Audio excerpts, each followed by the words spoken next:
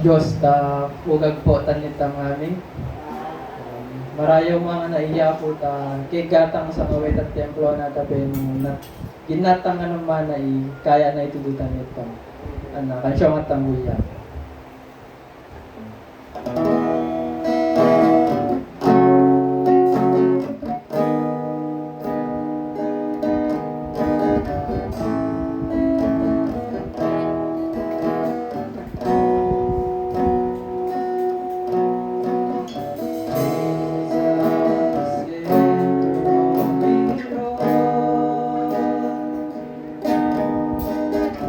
Jesus at the center.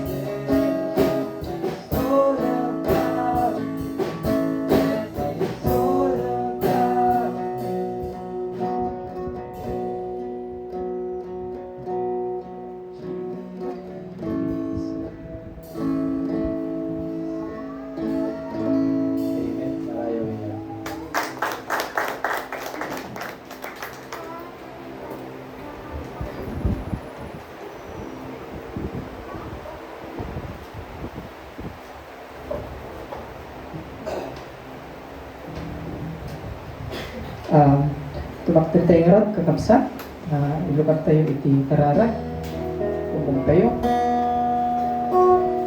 Diyos mi, naman nakabalin iti amin, kangatuan nga Diyos, may tantanog ka apo, may daydayaw ka.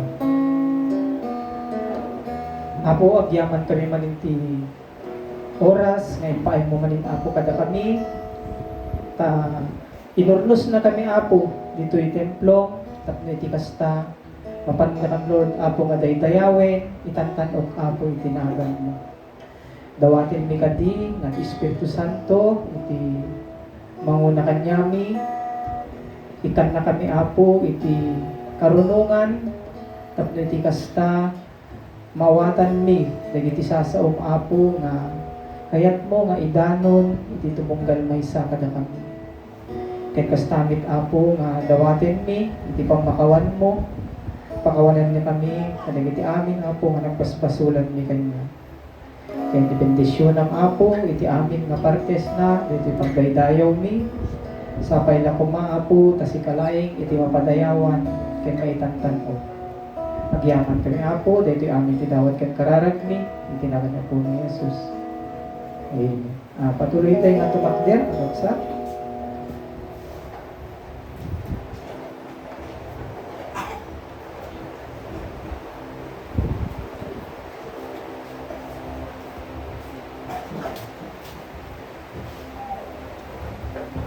Bukatatam Bibliatam ta Psalm chapter 119 verse 1 to 8.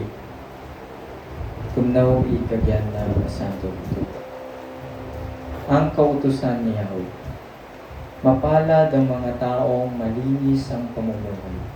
Kautusan ni Yahweh ang sinusunod araw-araw. Mapalad ang sumusunod sa kanyang patakaran. Buong pusong naghahanap sa kanyang kalooban. Ang gawain ay matuwid, namumuhay silang ganap. Sa kanyang kalooban ay doon sila lumalakad. Ibinigay mo nga sa amin ang iyong mga utos, upang buong pagsisikap na ito'y amin masunod. Gayon ako umaasang magiging tapat. Susundin ang iyong utos, susundin ng may buong ina. Kahihiyan ay hindi ko matitikman kailanpaman, kung ako ay susunod ng tapat sa iyong kautusan. Ang matuwid mong tuntunin habang aking tinatarot, buong pusong magpupuri, pupurihin kitang lubos. Ang lahat ng iyong utos ay sisikapin kong sundin. Huwag mo akong iiwanan, huwag mo akong lilisan. Amen.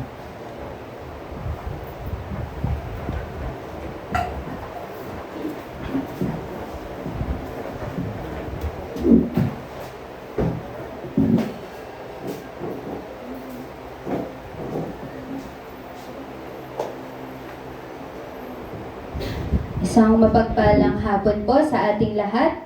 Palakpakan nga po natin ang ating Panginoon. At sa araw po na ito, sa hapon po na ito, at patuloy po natin siyang pasalamatan sa pamamagitan po ng ating mga awitin. Sige po, awitan po natin ang ating Panginoon.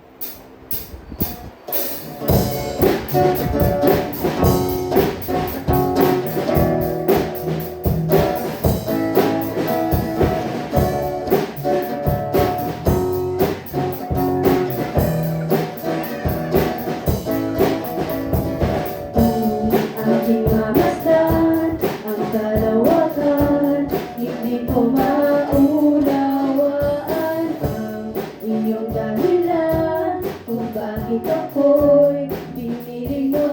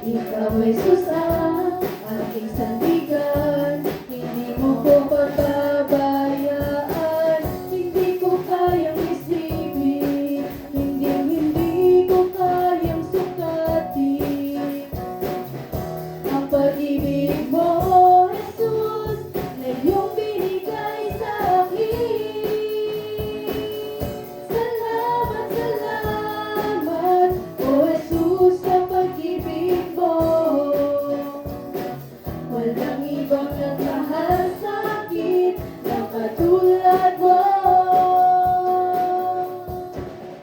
Salamat, salamat, O Jesus, sa pag-ibig mo. Ako'y magsasaya sa piling mo. Buhay ko nang purihin ka, buhay ko nang sa'yo'y sumamba.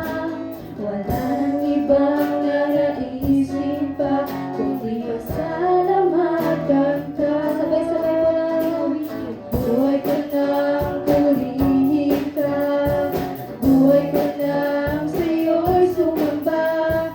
Wala nang ibang naraisin pa, kundi pasalamatan ka. Salamat, salamat, O Jesus, sa pag-ibig mo. Walang ibang nagmahal sa akin ng katulad mo. Salamat, salamat, O Jesus, sa pag-ibig mo. Ako'y magsasaya sa piling mo.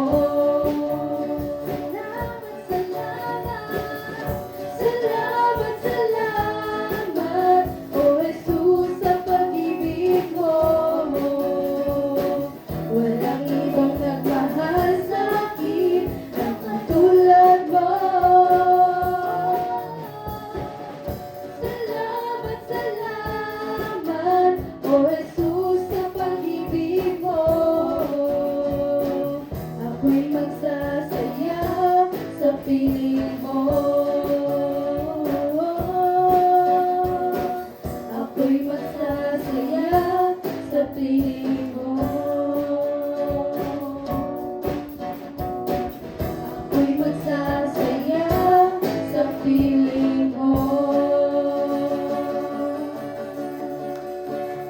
Amen. Tayo po lahat ay tumayo at patuloy po nating awitan ang ating Panginoon. Sa oras po na ito, patuloy po natin itaas, luwalhatiin ang pangalan ng ating Panginoon.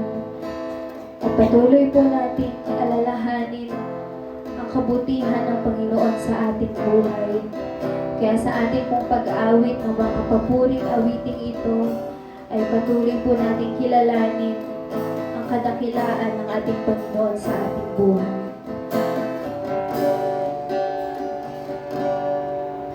Kay buti-buti mo, Panginoon, sa lahat ng oras, sa bawat araw, ika'y laging tapat kong magmahal. Ang iyong kawaan magpawalang hanggan.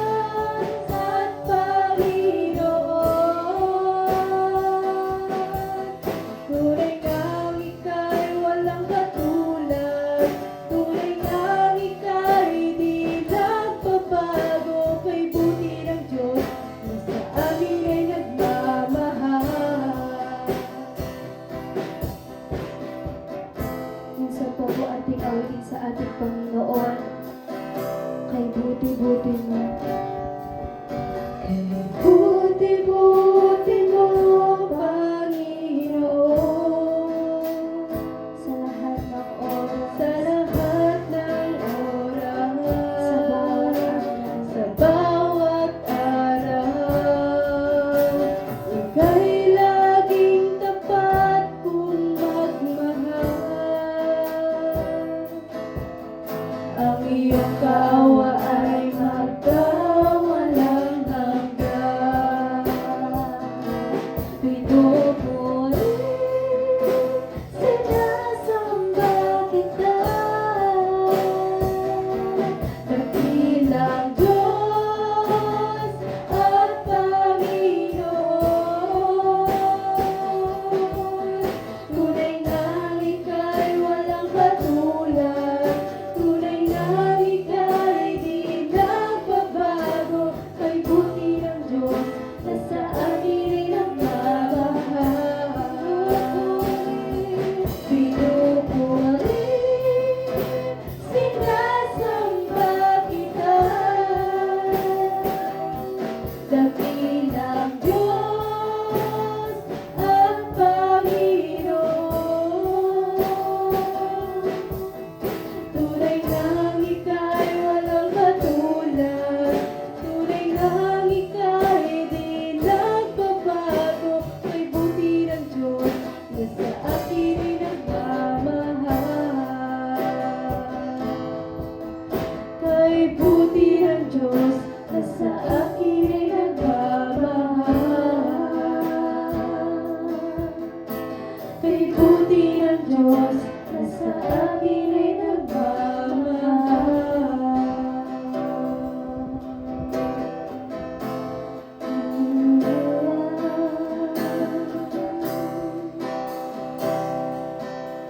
Patuloy po natin purihin ang ating Panginoon.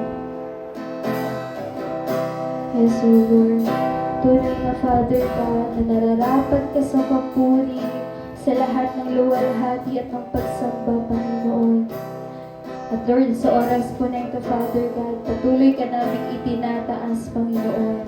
Patuloy ka namin pinupuri at sinasamba, Father God. Hallelujah, hallelujah, Jesus, Lord.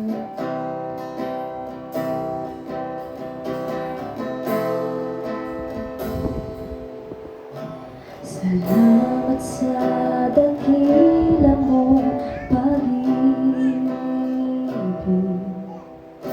Salamat sa pagyakap mo, Ama. Ang presensya mo, ang ninanais ko. Ang puso ko ay para lang sa'yo.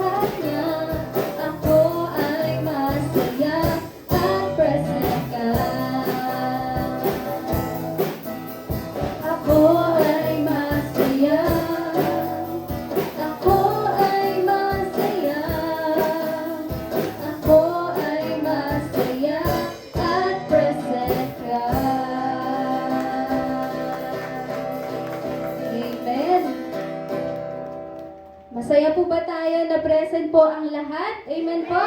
Amen. At sa oras po na ito, atin nga pong palakpakan ng isang malakas na palakpak ang ating Panginoon. At bago po tayo makinig ng salita po ng ating Panginoon, alayan po muna natin siya ulit ng isang awitin sa oras po na ito.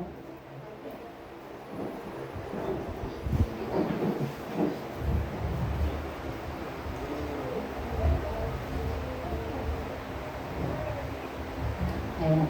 Ang gandang hapon po sa ating lahat. Purihin po ang Diyos sa presensya ng bawat isa. Hindi ko man po alam ang sitwasyon na naroroon tayo ngayon. Siguro yung iba sa atin masaya, yung iba nasa hopeless situation na kung saan tinetest talaga ang every aspect ng buhay natin to the point na kine-question natin if God is still there. Isa lang po ang gustong sabihin ni Lord. Trust Him. Trust His heart. Ngayon po,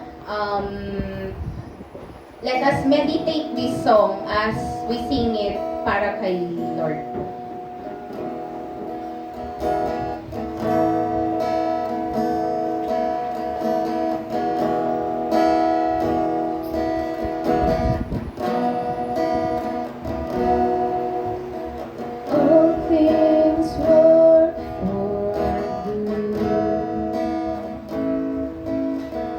Though sometimes we don't see how they could, struggles that break our hearts into, sometimes blind us to the truth. Our Father knows what's best for us. His ways are not our own. So when your pathway grows deep and you just don't see Him, remember you're never alone. God is too wise to be mistaken. God is too good to be unkind.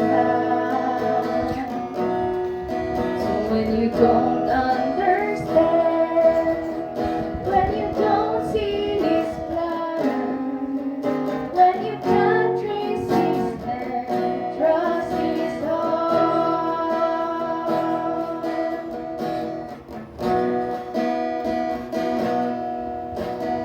He sees the master plan, and He holds a future in His hand. So don't leave us those who have no hope, and our hope is found in Him. We see the present clearly, but He sees the first and the last. And like a tapestry, His will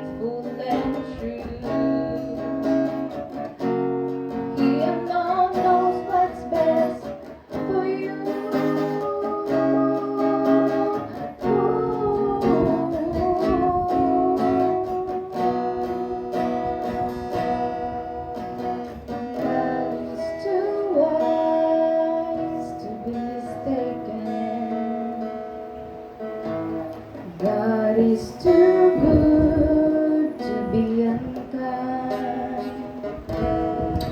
So when you don't understand, when you don't see His plan, when you can't trace His hand, trust His heart. So when you don't understand, when you don't see His plan, when you can't trace His hand, trust His heart.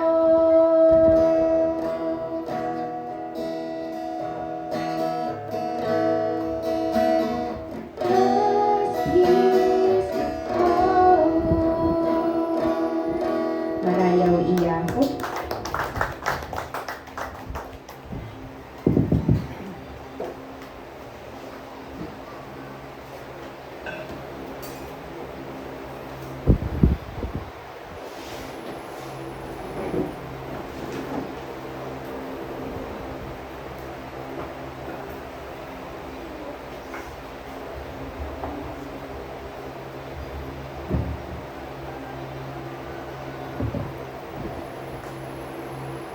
Isang mapagpalang hapon po muli sa ating lahat mga kapatid.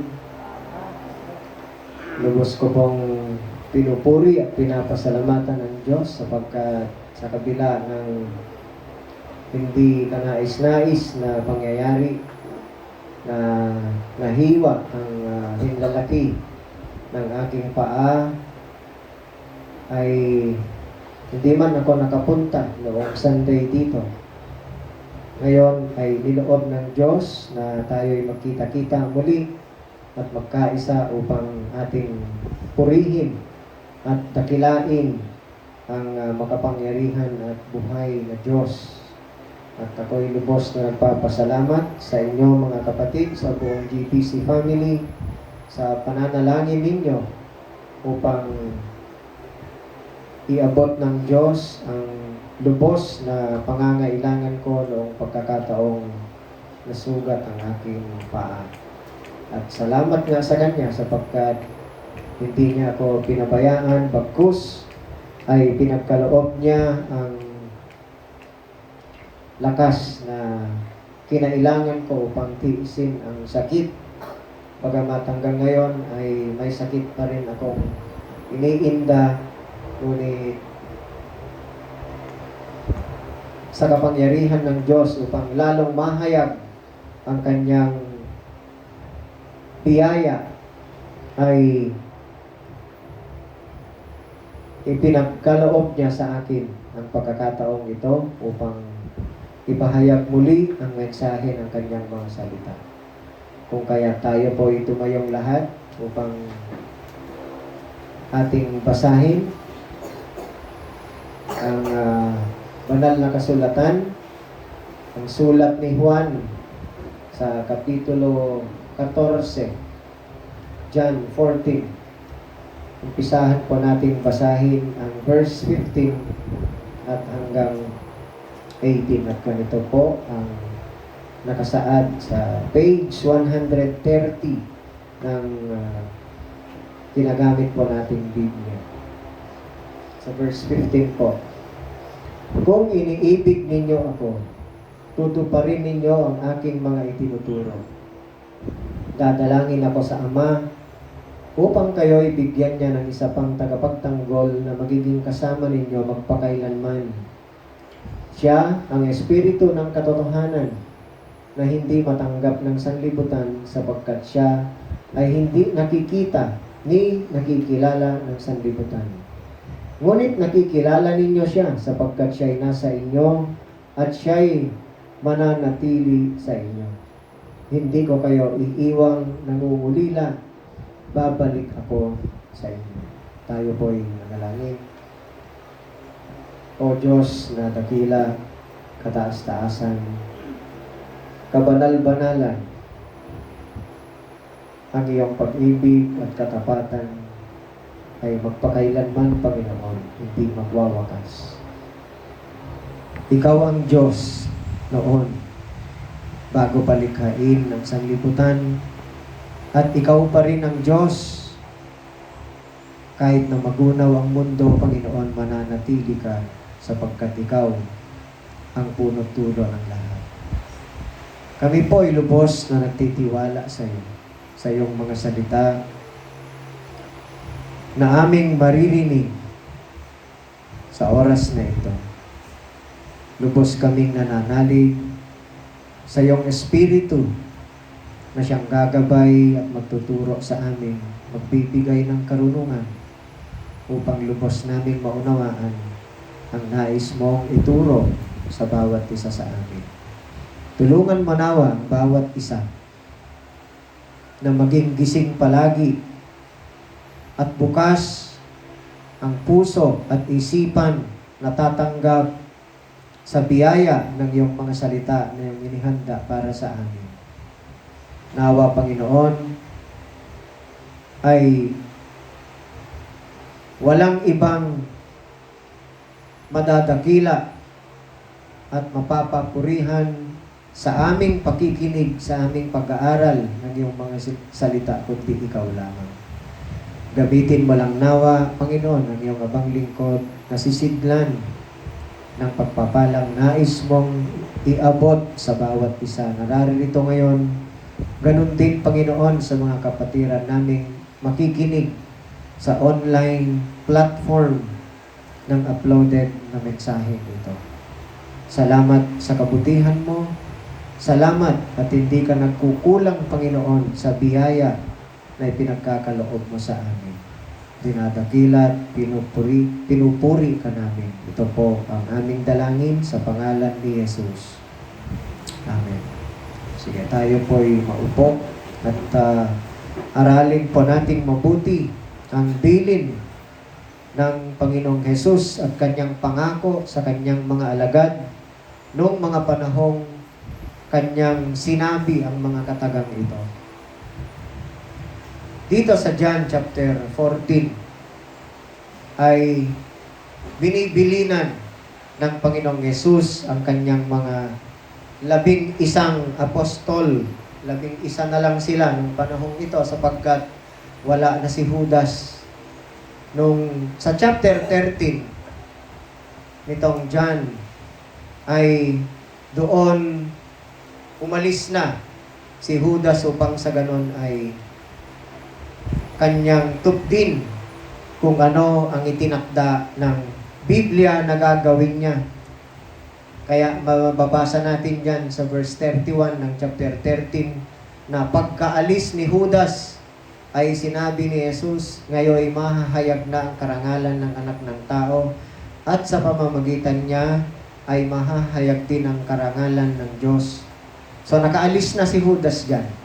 Ngayon, dito sa chapter 14, inihahanda ng Panginoong Yesus ang kanyang mga alagad sa pagharap nila sa isang mahirap na sitwasyon sa darating na mga araw. Sapagkat alam niya kung anong mangyayari sa kanila sa pag siya'y huhuliin na at papahirapan and ultimately ipapako sa krus. Dating alam ng Panginoong Yesus kung kaya sinabi niya sa kanila na huwag dapat silang mabahala, manalig sila sa Diyos at manalig din sila kay Jesus. At ang isa pa, alam niya na kapag wala na siya physically sa tabi nila, ay lubos na mahihirapan silang harapin ang panahong mahihiwalay ang Panginoong Jesus sa kanila. Kung kaya, ipinangako niya sa kanila na merong isang tagapagtanggol o sa English niya ay helper o kaya tinatawag na advocate. Walang iba kundi ang Espiritu Santo na siyang mananahan at sabi niya, mananahan sa kanila, it will be with you forever. Kailanman ay hindi sila magiging parang ulila kahit na huhuliin ang Panginoong Jesus pagkatapos ng pananalangin niya. No? Ngunit, sinigurado ng Panginoong Hesus sa kanila na meron silang makakasama. At ang makakasama nilang yon ay hindi basta makakasama nila ng panandalian lamang, ngunit makakasama nila magpakailanman na yon ang ikatlong persona ng Diyos mismo, ang banal na Espiritu. Alam ng Panginoong Yesus kung anong mangyayari sa hinaharap. Pati ang pagkakanulo, ang pagtatanggi ni Pedro sa kanya ay dati niyang sinabi. Alam niya na maghihiwa-hiwalay ang mga alagad pag siya'y hinuli. Kung kaya't inihahanda ng Panginoong Hesus ang kanyang mga 11 alagad upang sa ganon ay magiging malakas ang kanilang loob. Bagamat, mababasa po natin na pagkatapos ng pangyayari na huliin ng Panginoong Hesus, ay nagkawatak-watak nga sila. Iniwan nila ang Panginoong Hesus. Isa lang sa kanila ang naglakas loob na sundan siya nung siya'y dinala sa harapan ni Herodes at ni Pilato. Yun ay walang iba kundi si Pedro. Ngunit, maging si Pedro man na naglakas loob na sundan ng Panginoong Yesus, ay itinanggi pa niya. Marahil dahil sa takot niya siguro. Hindi natin alam dahil hindi nakasaad sa Biblia kung anong dahilan bakit tinanggi ni Pedro na kilala niya ang Panginoong Yesus. Pero dating alam ng Panginoong Yesus na mangyayari yun. Ngayon, tayo mga kapatid, wala tayong kakayahang malaman ang hinaharap. Wala tayong kakayahan kung ano ang darating sa atin bukas. Kahit bukas o kaya mamaya. Hindi natin alam. Ngunit, ang magandang paniniguro na ibinigay ng Panginoong Yesus sa kanyang mga alagad. Kasi dito, kung babasahin pa natin ang John, mula sa chapter 13 hanggang 17, nanalangin ang Panginoong Yesus para sa kanyang mga alagad ng panahong yan. At maging para sa mga future believers na kabilang po tayo. At sa chapter 18, doon na siya umalis at pumunta sa Mount of Olives upang manalangin sa Garden of Gethsemane at doon na nga siya hinuli.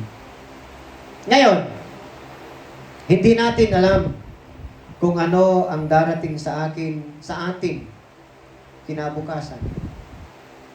Wala tayong kakayahan.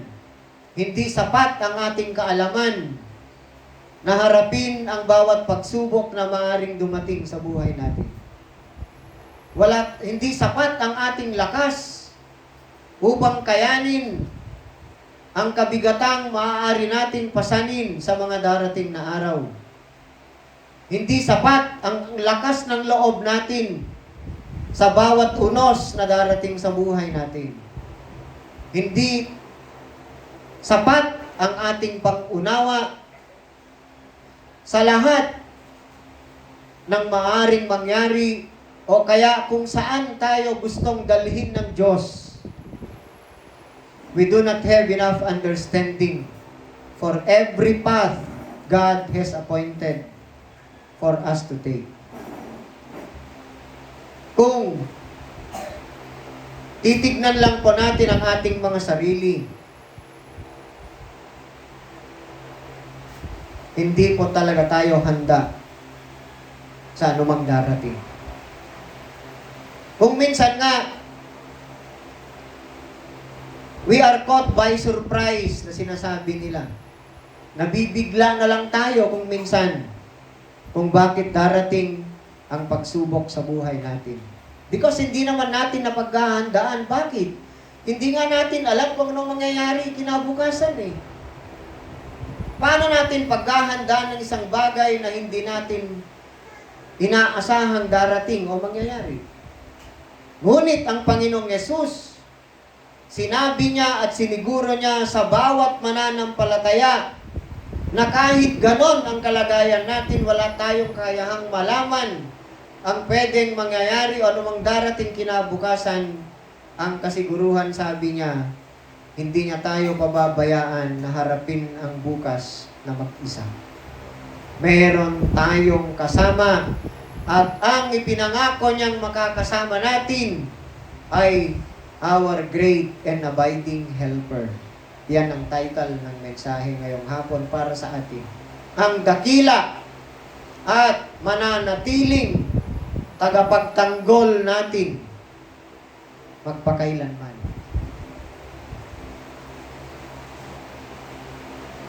Kung ang Espiritu ng Diyos ay tunay na nanahan na sa atin, ang sabi po ng Panginoong Yesus sa verse 16, dadalangin ako sa Ama upang kayo'y bigyan niya ng isa pang tagapagtanggol na magiging kasama nyo magpakailanman.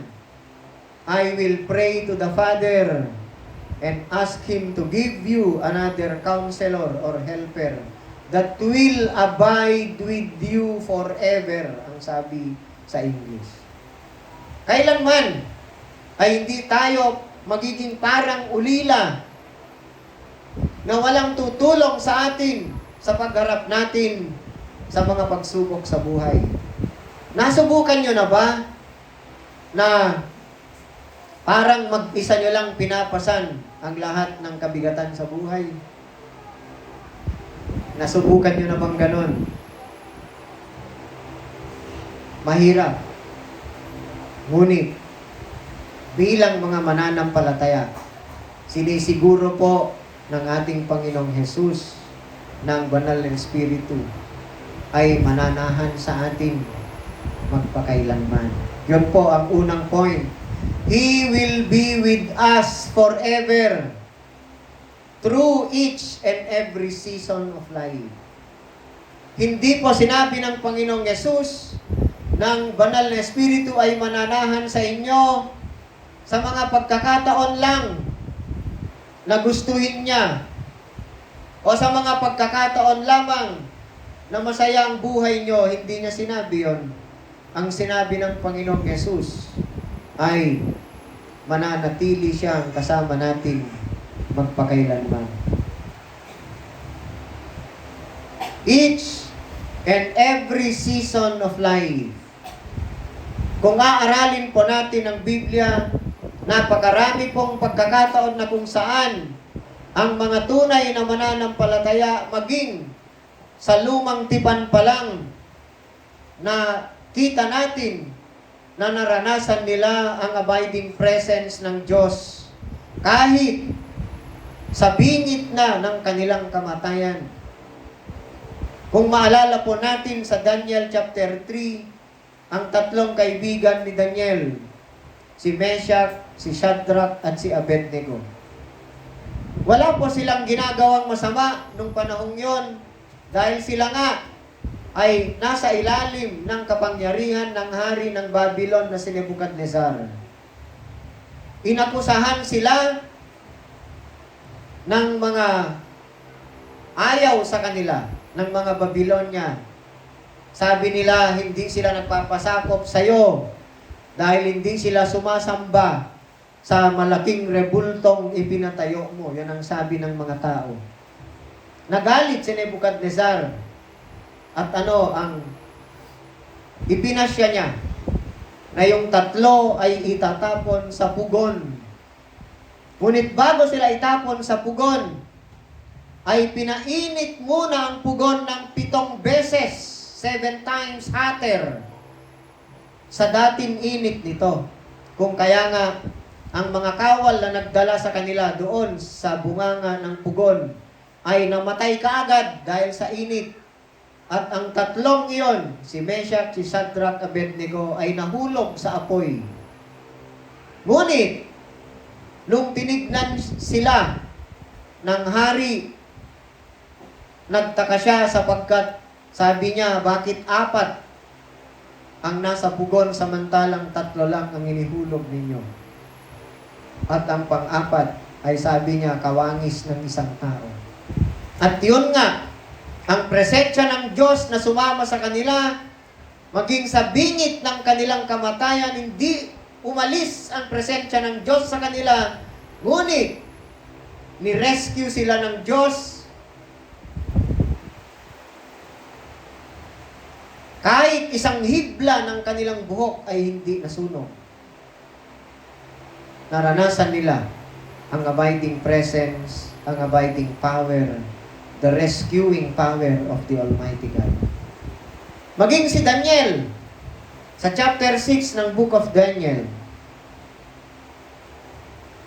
inakusahan na naman siya sapagkat hindi niya daw sinusunod ang akda ng hari na si Darius, kasi si Darius nang naghahari nung panahong yan na taga-Persia. Kasi nananalangin si Daniel, nananalangin siya sa tunay na Diyos. Sa bawat oras na itinakda na siya ay mananalangin nakaharap sa Jerusalem, inakusahan na naman siya, pinasama siya sa paningin ng hari. At anong desisyon ng hari? Ayaw sana niya, ngunit itinakda na siya ay itapon sa kulungan ng mga leon upang siya ay mamatay at kainin ng mga leon. Ngunit anong nangyari? Muli si Daniel ay sinamahan na naman ng Diyos. Makikita natin sa Old Testament pa lang na kapag ang Diyos ang nagpasya na sasamahan kanya, maging sa bingit ng kamatayan ay sasamahan kanya. At yun nga, kailanman na hindi siya nasugatan, hindi kinagat ng leon, bagkus ay buhay na buhay si Daniel na inangat at tinanggal sa kulungan ng mga leon. Sa New Testament, ang mga apostol na ito, nung sila'y tapat na nagpahayag ng Ebanghelyo, sina Pedro, pinasama na naman ng mga tao at ikinulong sila. Ngunit, paghating gabi, ay inutusan ng Diyos ang kanyang anghel at binuksan ng mga kulungan. At doon, muntik nang magpakamatay ang gwardya. Sasaksakin sana niya ang kanyang sarili, ngunit pinigilan siya ni Pedro.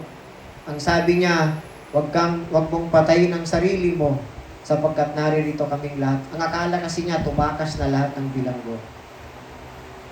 Sina Pablo din, naranasan din nila ang nakulong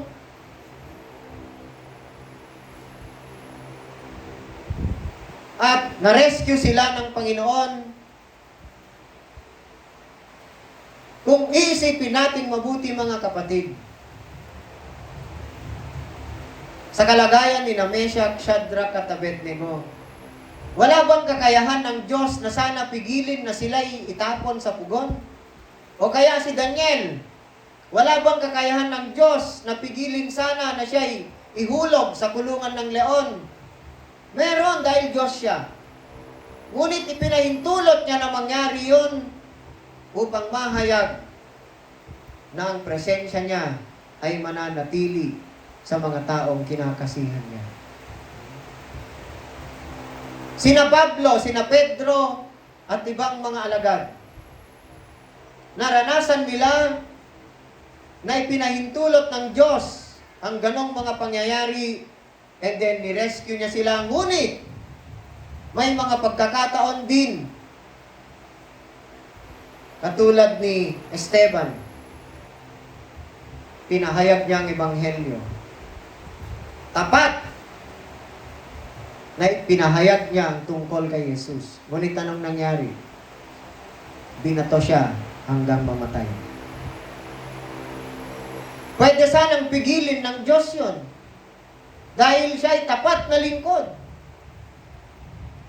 Maging si Pablo, nung siya ay papunta sa Roma, anong nangyari? Nasira ang barkong sinakyan nila. At nung dumaong sila sa isang isla na tinatawag na Malta, nung sila'y gininaw, nagsiga sila ng apoy ang mga taga roon dahil mababait ang mga tao doon ayon sa Biblia.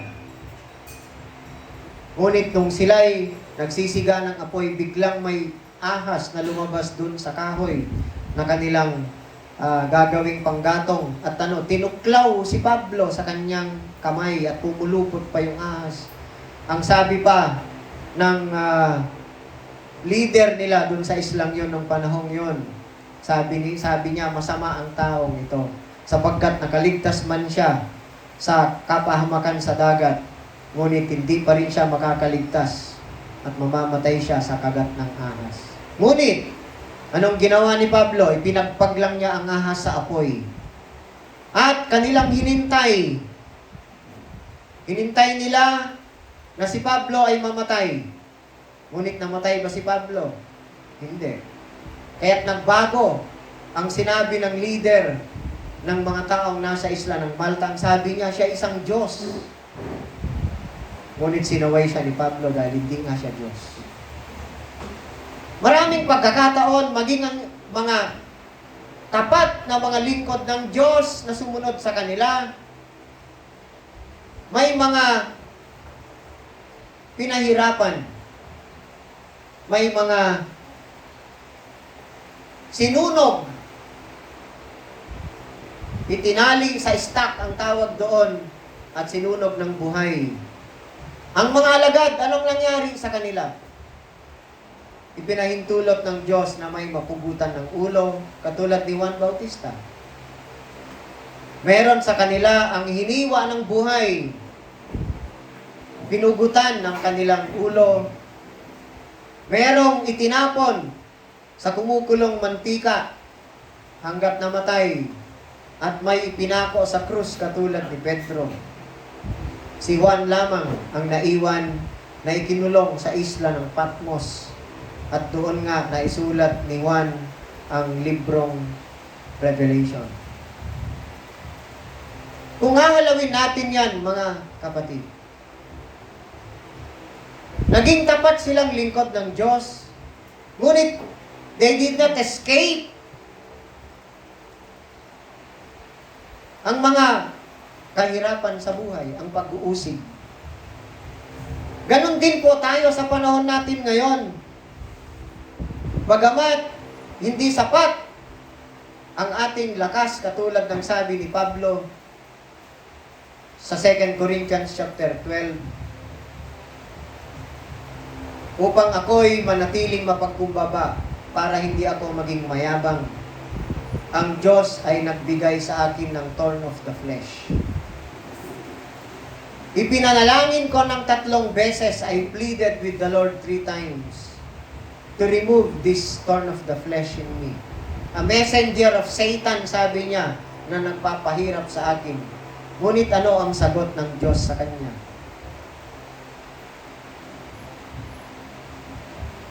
Ang aking biyaya ay sapat na. Hindi niya tinanggal ang thorn of the flesh kay Pablo, bagkus ay sinabi ng Diyos sa kanya na sa iyong kahinaan ay mas lalong nahahayag ang aking kapangyarihan at kalakasan. Kung kaya't nakontento si Pablo, ang sabi niya, I will boast all the more of my weaknesses so that the power of Christ will be displayed in me. Kapag tayo ay humaharap sa kahirapan, mga kapatid, huwag po nating kakalimutan ng presensya ng Diyos ay nananatili sa atin magpakailanman.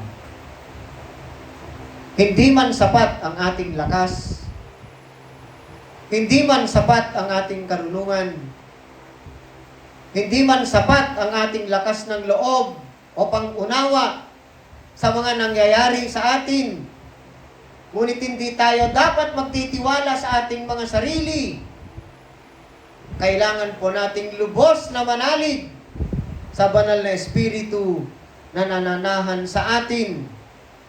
At siya po ay hindi lamang basta feeling, hindi lamang isang puwersa o isang passing comfort na tinatawag, ngunit siya ay tinawag na tagapagtanggol, helper, promised by the Son, sent by the Father, and present with the saints forever.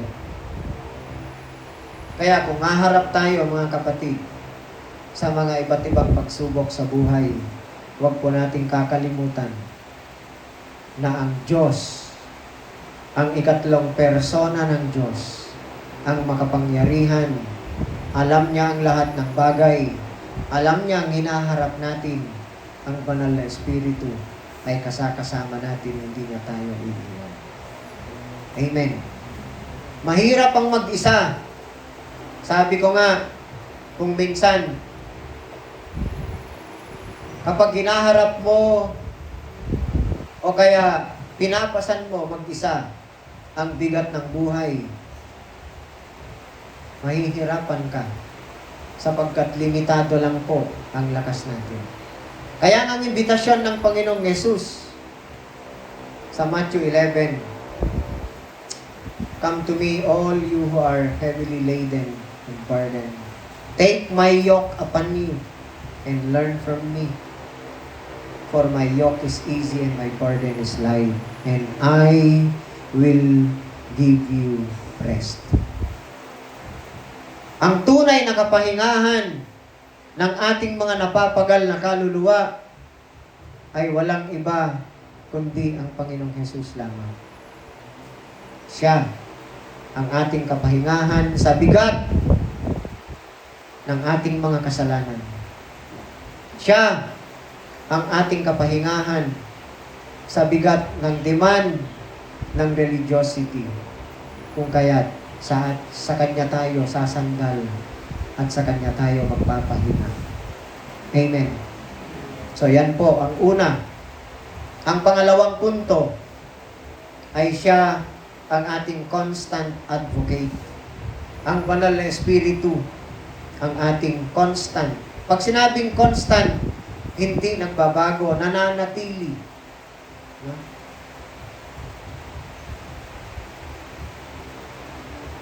Ang banal na Espiritu, dahil siya ay Diyos, alam niya ang mga bagay na hindi natin nalalaman. Siya ang nagbibigay ng kalakasan kung saan tayo mahina. At higit sa lahat, siya ang namamagitan sa atin sa harapan ng Diyos sa mga pagkakataong hindi na natin alam kung anong gagawin natin at hindi natin alam kung ano ang ipapanalangin natin. Kasi kung minsan ang mga kahirapang hinaharap natin ay gabundok, para na tayong nalulunod. Kung sabi nila sa Tagalog, kung hindi mo na alam kung saan ka babaling,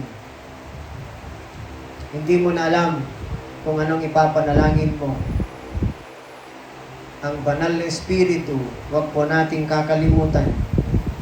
Sinabi ni Pablo sa Roma 8:26, tignan po natin.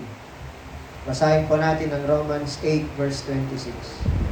Ang sabi diyan, gayon din naman, tinutulungan tayo ng Espiritu sa ating kahinaan. Hindi tayo marunong manalangin ng wasto, kaya't ang Espiritu ang dumaraing para sa atin sa paraang di natin kayang sambitin.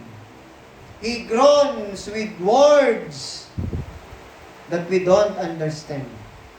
Siyang namamagitan sa atin upang sa mga pagkakataong hindi natin alam kung ano ang dapat nating hilingin sa Ama. Siya ang magsasabi sa lubos nating kailangan sapagkat siya ngang nakakaalam sa lahat ng bagay. Siya ang mangunguna sa atin sa katotohanan. Kaya nga, napakahalaga ang bilin ng Panginoong Yesus. Kasi maging sa chapter 16 ng John ay ipinaliwanag ng Panginoong Yesus kung anong gawain ng Espiritu. Ang sabi niya, Pagdating niya sa verse 8 ng chapter 16, pagdating niya ay kanyang patutunayan sa mga taga-sanlibutan na mali ang pagkakilala nila tungkol sa kasalanan, tungkol sa pagiging matuwid at tungkol sa paghatol ng Diyos. Mali sila tungkol sa kasalanan sapagkat hindi sila nananalig sa akin. Mali sila tungkol sa pagiging matuwid sapagkat ako'y pupunta sa Ama at hindi na ninyo makikita. At tungkol sa paghatol ng Diyos sapagkat hinatulan na ang pinuno ng mundong ito. Marami pa akong sasabihin sa inyo. Subalit, hindi pa ninyo kayang unawain ngayon. Ngunit, pagdating ng Espiritu ng katotohanan, papatnubayan niya kayo sa lahat ng katotohanan galing sa Diyos, sapagkat ang sasabihin niya ay hindi mula sa kanyang sarili, kundi ang kanyang narinig, at ipahahayag niya sa inyo ang mga mangyayari sa hinaharap. Siyang nakakaalam sa hinaharap. Kung kaya't siyang nakakaalam kung anong mabuti sa atin. Maging ang direction man o sometimes ay hindi maliwanag sa atin kung ano ang patutunguhan natin sa hinaharap. Magtiwala tayo sa Diyos. Katulad sabi ng kanta kanina, if we don't understand, if we don't trace His hand, if we don't see His plans, trust His heart. Hindi nagkakamali ang Diyos. So kung ganyan ang gawain ng Banal na Espiritu para sa atin, siya'y mananahan sa atin, magpakailanman hindi niya tayo iiwan. And He is our constant advocate, mananatiling tagapamagitan natin upang maging ang mga panalangin hindi natin mabigkas kung tayo'y tuliro na, kung tayo'y nako-confuse na sa mga nangyayari. Tinutulungan niya tayo at siyang nananalangin para sa atin. Wala tayong kakayahang malaman ang mangyayari sa hinaharap. Ang kailangan lang nating gawin ay magtiwala sa Kanya. Wala tayong kontrol sa mga bagay-bagay. May kontrol ba tayo sa pagtaas ng presyo ng petrolyo? Wala. May kontrol ba tayo kung kailan darating ang ulan na lubos na kailangan ng ating pananim? Wala. Umaasa lang tayo sa biyaya ng Diyos. Umaasa tayo. Ngunit, sa katotohanan ito, nakasama natin ang presensya ng Diyos sa pamamagitan ng Banal na Espiritu at siyang nananatiling tagapamagitan natin. Hindi ibig sabihin na yung assurance na yan ay ginagawang magaan lahat ng Diyos para sa atin, ang ating tinatahak sa hinaharap. Hindi. Nakita natin ang halimbawa sa mga apostol. Sila'y namatay. Hindi naging maginawa ang kanilang buhay. Bagkus, iniwan pa nga nila ang kanilang mga marangyang pamumuhay at trabaho. Katulad ni Pedro at ng kanyang mga kasamahan. Si Mateo, na isang tax collector, iniwan niya ang kanyang tax booth upang sumunod sa Panginoong Yesus. Iniwan niya ang karangyaan ng buhay. So life for us in the future will not be easy. Dahil dating sinabi ng Panginoong Yesus dito sa John chapter 16,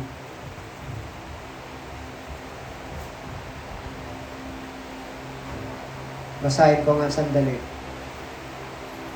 Upang sa ganon ay huwag po nating ilagay sa ating mga isipan na kapag tayo ay tinawag ng Diyos, pinili niya na kanyang maging mga anak. Sa verse 33 ng John 16, sa sinabi ng Panginoong Yesus, sinabi ko ito sa inyo upang kayo'y magkaroon ng kapayapaan sa pakikipag-isa sa akin. Magdaranas kayo ng kapighatian sa mundong ito, ngunit tibayan ninyo ang inyong loob na pagtagumpayan ko na ang sanlibutan. Alam ng Panginoong Yesus na magdaranas sila ng kapighatian. Alam ng Panginoong Yesus na maaari din tayong magdanas ng kapighatian. Ngunit, ang assurance niya sa ating pagharap sa mga kapighatian sa buhay, hindi tayo haharap ng mag-isa lamang. Hindi tayo haharap sa mga kapighatian sa buhay sa kakulangan ng ating kalakasan. Ang banal na Espiritu, Diyos na siyang nananahan sa atin, ay hindi niya tayo iiwan. Ang kanyang kaalaman ay walang kakulangan. Perfectly wise ang Holy Spirit. He is perfectly holy. He is perfectly powerful and perfectly faithful. Kaya nga ang sabi ni Juan sa 1 John chapter 4 verse 4, greater is He who is in you than he who is in the world. Kaya bilang panghuli, mga kapatid, hindi man tayo handa sa anumang darating kinabukasan. Dahil yan ang katotohanan. We might be caught by surprise sa mga pwedeng mangyari na haharapin natin. Ngunit, isang bagay ang matibay na pag-asa natin at pangahawakan natin. Ang Espiritu, ang banal na Espiritu, ang pangatlong persona ng Diyos ay nananahan sa atin. Na siya kailanman ay hindi nasusurpresa sa mga nangyayari sapagkat dati niyang alam. Kailanman ang banal na Espiritu ay hindi mahina. Kailanman hindi siya nako-confuse. Kailanman ay hindi siya na-overcome ng anumang bagay. Kaya nga, siya ay mapagkakatiwalaan because He is able. When we are confused, nililiwanag niya ang ating kaisipan. Kung tayo'y nangihina, pinalalakas niya tayo. Kung tayo nawawalan ng pag-asa, binibigyan niya tayo ng kasiguruhan sa pamamagitan ng katotohanan ng salita ng Diyos. So, mga kapatid, ang kumpiyansa po natin sa pagharap sa anumang darating sa buhay natin ay hindi ang ating kahandaan. Hindi po tayo talaga handa. Ang kumpiyansa natin, nag-iisang kumpiyansa po natin ay walang iba kundi ang presensya ng Diyos sa pamamagitan ng banal na Espiritu na mananatili sa atin magpakailanman at siya ang nananatiling tagapamagitan natin, constant advocate na siyang tutulong sa atin sa lahat ng ating kakaharapin sa buhay. Yan po ang mensahe na nais iparating ng Diyos sa atin. Tayo po ay manalangin. Dakilang Diyos, kami po ay lubos na nagpapasalamat sa pangungusap mo sa amin sa pamamagitan ng iyong mga salita na kami ay hindi mo iiwan na parang mga ulila tulad ng sabi ng Panginoong Hesus sa kanyang mga alagad.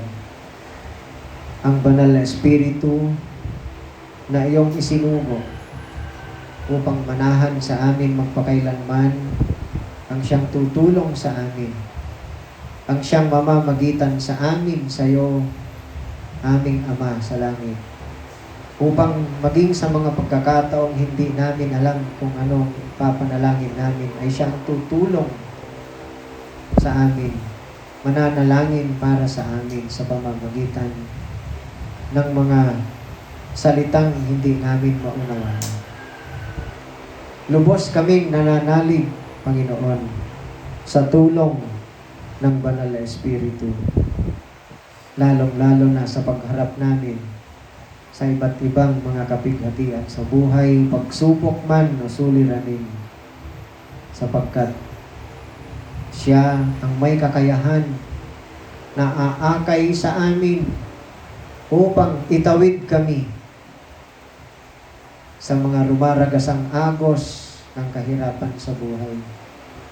Siya ang may kakayahan na mag-akay sa amin sa katotohanan upang maging o mabigyan ng liwanag ang mga bagay-bagay sa amin. Siya lang ang may kakayahan na bigyan kami ng kalakasan sa mga panahong kami nanghihina.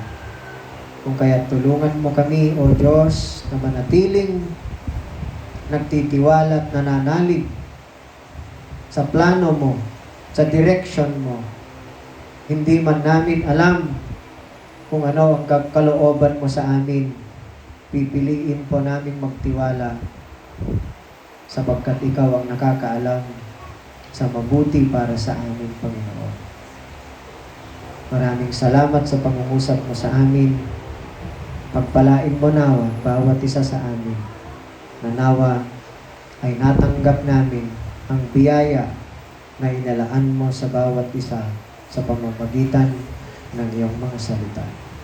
Ito po ang aming dalangin sa pangalan ni Jesus. Amen.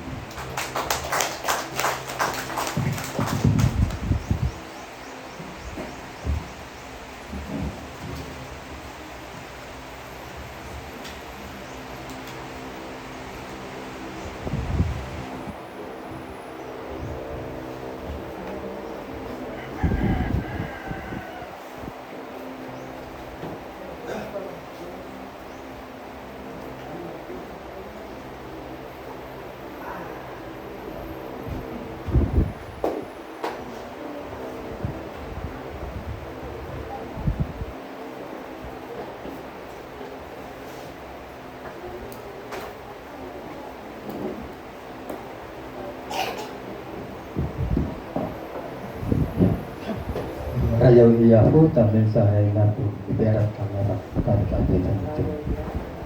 Kiduwa ko ito itan tebi itong masanto nga pagkalapak siya. Na kilagitan sa isa. Ya ba may katanayan tanabi. Lut asyo kanya matulog na nagakumbak. Mamay ko naman ko magpalabaw ito. Yawa Lord, hindi kami ito mensahe. Nabasi kami ng mata yung utang. Ipato mo kami ang utang ko ito, may nanari ilang uhuhu, ito banyawa ama, ito mamasikan katatitan ito. Sika makatalo kami amatan ikaw, sila kumpiyansa, Manal Espiritu tu niyawa mo amata kada katitin. Naya ama i mayroon tat kada katitin ni kami. Tapi ko na rin ay Malaysia mi ama i trial ang mata patuloy na mabalo ang mata kami saya ako.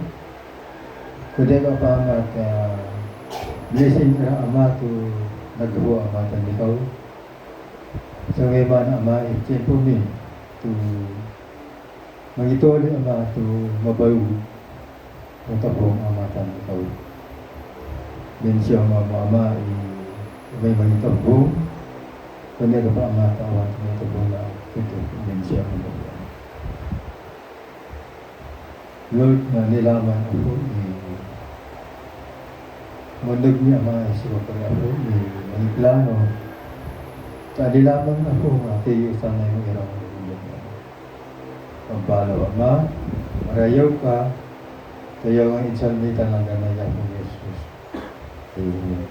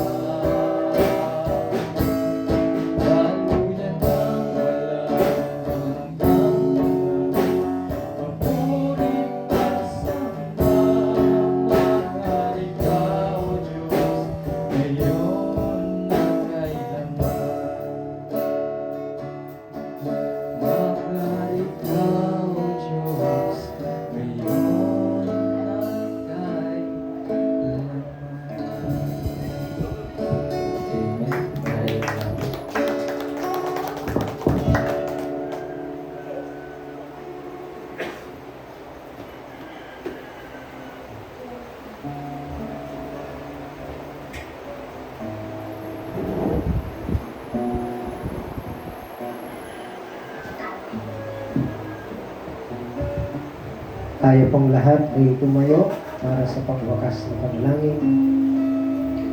Yumuko tayo at lumapit tayo sa ating makapangyarihan at banal na Diyos.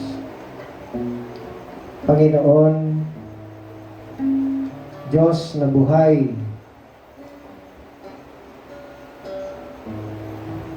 dakila at kabanal-banalan sa lahat. Kami po ay lumalapit sa iyo, nananalig at nagtitiwala na ang mga panalangin namin sa pangunguna ng Banal na Espiritu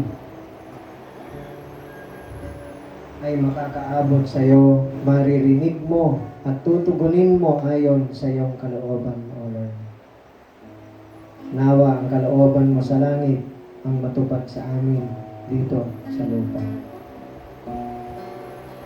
Nagpapasalamat kami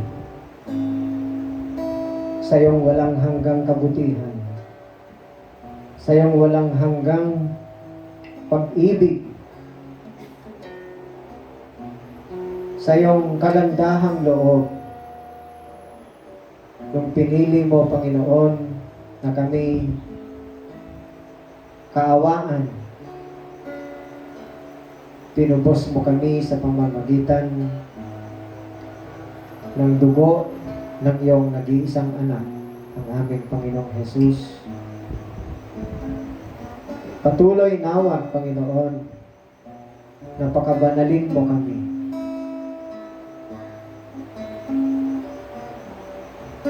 Nawa ay tugtin mo ang iyong kalooban na nasusulat sa iyong mga salita,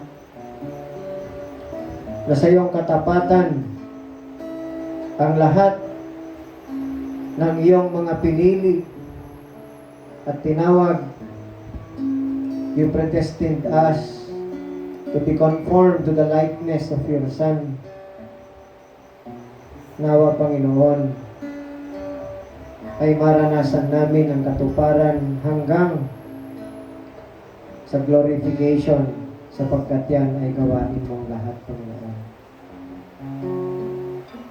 At habang kami naririto, hubugin mo ang aming pagkatao, ang aming karakter, upang kami ay tunay na maging kawangis ni Kristo.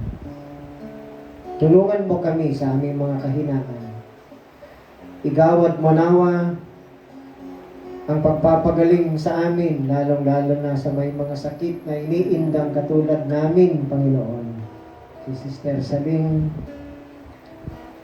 si Liam, si Asher, si Sister Lori mismo, Panginoon. Palakasin mo silang dalawa ni Harold sa pagharap sa kanilang pinagdadaanan. Tinatagubilin ko sila sa iyong pag-iingat sa kanilang nalalapit na biyahe pa uwi. Ganon din, Panginoon, ang mga kapatiran naming nasa Hong Kong, nasa Middle East, at iba pang mga nasa ibang panig ng daigdig. Maalala naming ipanalangin si Colin, na naway palakasin mo siya, na magtiwala siya sa bawat direksyon na pangungunahan mo para sa kanya. Ganon din ang mga kapatiran namin nasa dagat na naglalayag, mga kapatiran namin nasa military service na ikaw ang mag-ingat sa kanila. Ang mga nasa health sector na nawa wag silang mahawa sa mga sakit na nakakahawa. Ang mga magsasakang kapatiran namin, may paubaya mo nawa na maani nila ang bunga ng kanilang mga pagpapagal at pagpapagod, Panginoon. Ganon din sa may mga negosyo na nawa ay tulungan mo sila na sa malinis na paraan ay aabot mo sa kanila ang kanilang pangangailangan. Dalangin din namin, Panginoon, ang katapatan mo sa mga kapatiran naming naghihintay ang katugunan ng kanilang mga panalangin katulad ni Sheila. Ingatan ko din ang mga kapatiran naming nasa Manila, si Julian, si Liza, at kanilang mga pamilya. Ganon din, Panginoon, sina Jaymar at Janrel. Dalangin ko din na patuloy mong kalingain ang mga nakakatanda na dito sa iglesia, mga senior citizens na mga kapatiran namin, na ikaw, Panginoon, ang patuloy na magbigay ng kalakasan sa kanila at katapatan upang kanilang sundin at tugtin ang kalooban mo sa buhay. Tulungan mo kami na iyong mga lingkod, lahat ng mga pastors sa GBC family, na magampanan namin ang aming tungkuling iniatang mo sa amin, na may tunay na pagtitiwala at paghangad na madakila ka sa lahat ng aming gagawin. I-provide mo din, Lord, ang pangangailangan ng mga nag-aaral ng mga kapatiran namin. Ang mga naghahanap buhay, pinili nilang pumunta sa ibang lugar, katulad nila Brother Rex, sina Sister Irma, na ingatan at gabayan mo sila palagi. Lord, wala po kaming ibang inaasahan kundi ikaw lang. Nawa ay pakita mo sa amin ang iyong kabutihan sa araw-araw, katulad ng hiling ni David, that your goodness and your faithfulness will follow us all the days of our life, and we will dwell with you forever. Salamat sa pangakong yan, Panginoon. Patuloy mo kaming gabayan at ingatan sa pansamantalang paghihiwa-hiwalay namin. Pinadakila, pinupuri ka namin, pinapasalamatan ka namin. At ito po ang aming dalangin sa pangalan ng aming Panginoong Jesus. Amen. Praise God.